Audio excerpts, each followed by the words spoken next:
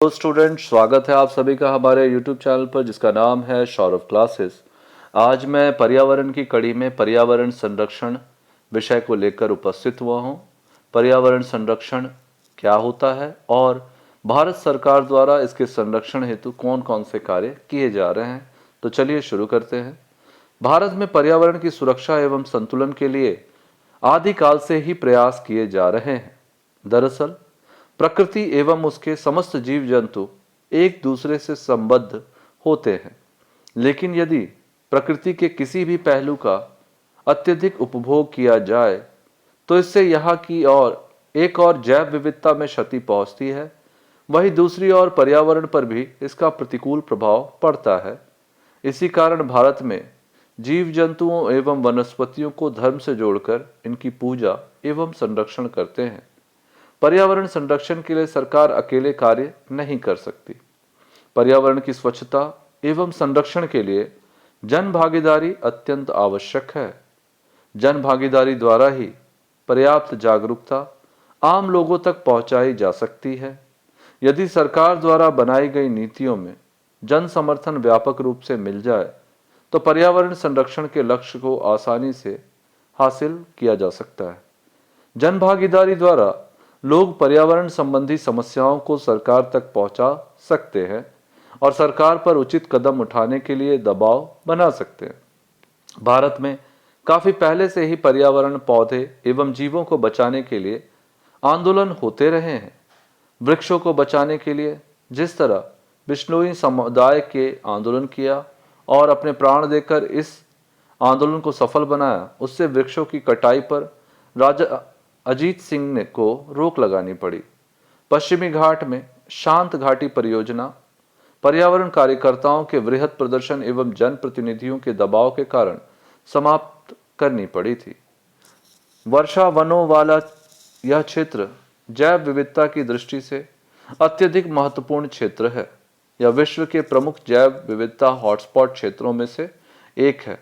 इसी क्रम में जाने माने कार्यकर्ता एनसी मेहता ने केंद्र सरकार के विरुद्ध याचिका दायर की। यह याचिका ताजमहल में मथुरा रिफाइनरी से निकलने वाले प्रदूषकों से बचाने के लिए थी। इससे प्रत्येक नागरिकों में शुद्ध हवा, जल एवं भूमि अधिकार के प्रति जागरूकता उत्पन्न हुई। इसी एक मामले के फैसले की वजह से अन्य जनहित मामलों की याचिकाओं के लिए दरवाजे खुल गए और न्यायालय ने उन पर अपना निर्णय भी दिया, जो पर्यावरण संरक्षण के लिए अत्यधिक सहायक माने जाते हैं। जनता की जागरूकता सरकार एवं स्थानीय लोगों के बीच धनात्मक एवं फलदायक सहयोग को भी बढ़ावा देती है। व्यवसाय प्रबंधन में नैतिकता अत्यंत आवश्यक है। पिछली सदी में हमने देखा कि किस प्रकार व्यक्तिगत एवं सामूहिक या राष्ट्रगत लाभ के लिए पर्यावरणीय संसाधनों का दोहन किया गया। आज कॉरपोरेट जगत की बड़ी मूलभूत जिम्मेदारी पर्यावरण को स्वच्छ बनाए रखना है, क्योंकि उद्योगों द्वारा अत्यधिक मात्रा में प्रदूषकों या अपशिष्टों का पर्यावरणीय शिक्षा, जागरूकता और प्रशिक्षण हेतु जन शक्ति विकास सुनिश्चित करना है। सभी स्तरों पर लोगों में पर्यावरणीय मुद्दों के बारे में जागरूकता बढ़ाने के लिए गैर सरकारी संगठनों, संचार, मीडिया तथा अन्य संबंधित संगठनों को बढ़ावा देना आदि है।